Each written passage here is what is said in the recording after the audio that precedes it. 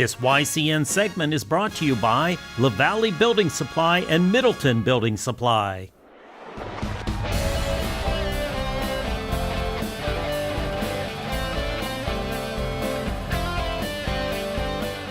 Welcome in, YCN Sports Talk. Jeremy Stout in studio, and we are here with Brett Franklin from ESPN Radio for the Upper Valley, 94.5 FM. Check out his website, 945ESPN.com. Brett, thanks for coming in and joining us. Yeah, Happy New Year. Happy 2018, Jeremy. That's right. First time for you for the year. You can always check out his radio show on the website or on the traditional radio. It's 12 to 1, Monday through Friday.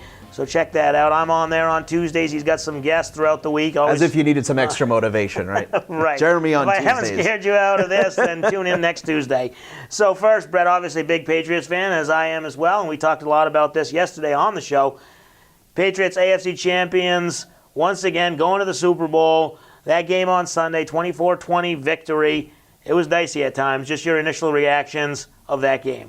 Yeah, it was a fantastic game, and I never really thought it was in question, as some anti-Patriots fans would say. That's so arrogant, but you really don't. We're spoiled in that. Right. And hey, give the Jaguars credit. I think that Jacksonville played their best game of the year, and it still wasn't enough to come away with a victory. So, hats off to Jacksonville. I thought their play calling in the fourth quarter got very conservative, and the Patriots, the fumble late in the contest in the fourth quarter, there was a couple of 3-and-outs. You figure, boy, we're getting down to crunch time, but with number 12, it sounds cliche, but with Tom Brady, number 12, behind you as the quarterback, you're never really out of any game. And that was the big thing. A lot of Jaguars fans are complaining about the penalty disparity, the number of penalties the Jaguars got called, but they were clearly penalties. Patriots, as you've mentioned multiple times, they're disciplined. They play disciplined football.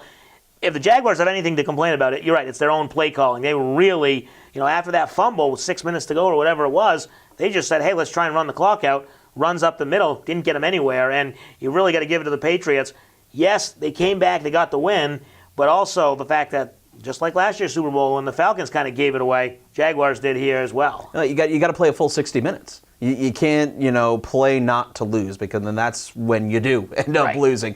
I thought the turning point of the game, late second quarter, the delay of game penalty on the Jaguars after their own timeout backed them up, because they were about to drive and score, and that would have made it 21-3 at one point. So it was they had them on their heels. Jacksonville had their opportunities, but again, you got to play a full 60 minutes, especially when you're in Foxborough. And the fact that they knelt the ball down with 55 seconds to go and 2 timeouts. Head scratcher there. So there was a lot of question marks. So, but on the Patriots side, first half versus second half, what made the difference? Was it the execution of the plays, or was it the play calling? I mean, because they started out, that first drive looked really good, and then after that, they weren't doing anything. The defense was giving up yardage, so did they change play calling, or did they execute better? I think they executed better, and let's give credit to Jacksonville. Their defensive game plan to open up the game was really good. They were pressuring Brady. I think in the first 30 dropbacks that Brady had, he was either pressured or hurried 15 times. So almost 50% of his snaps, he was really being pressured, and they were getting after the football. I think they just got worn down. The defense of Jacksonville got worn down. And the Patriots' defense got better. They tackled better. Their open field tackling in the first half was abysmal. They were able to start to get some pressure. They clamped down on Leonard Fournette in the second half. So I think both teams just executed better, and sometimes it takes them a full four quarters to do it.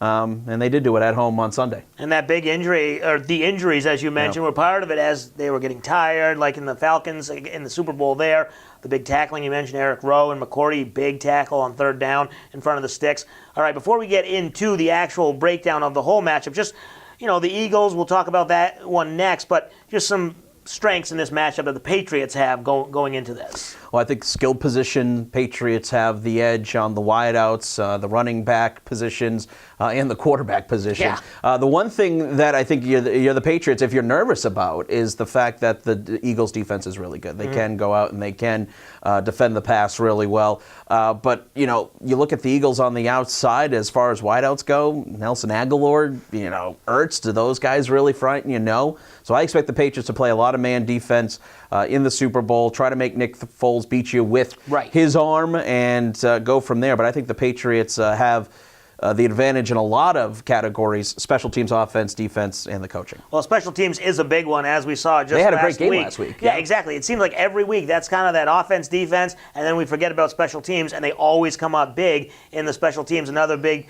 factor will be the running game of Philadelphia, Ajayi and LeGarrette Blount. If the Patriots can stop that, you're right. Force Nick Foles to beat you, and that's probably the recipe to win the Super Bowl. So we'll take a break. When we come back, we'll talk some NFC Championship game in probably an outcome that really no one saw coming, and then we'll get Brett's pick for the Super Bowl.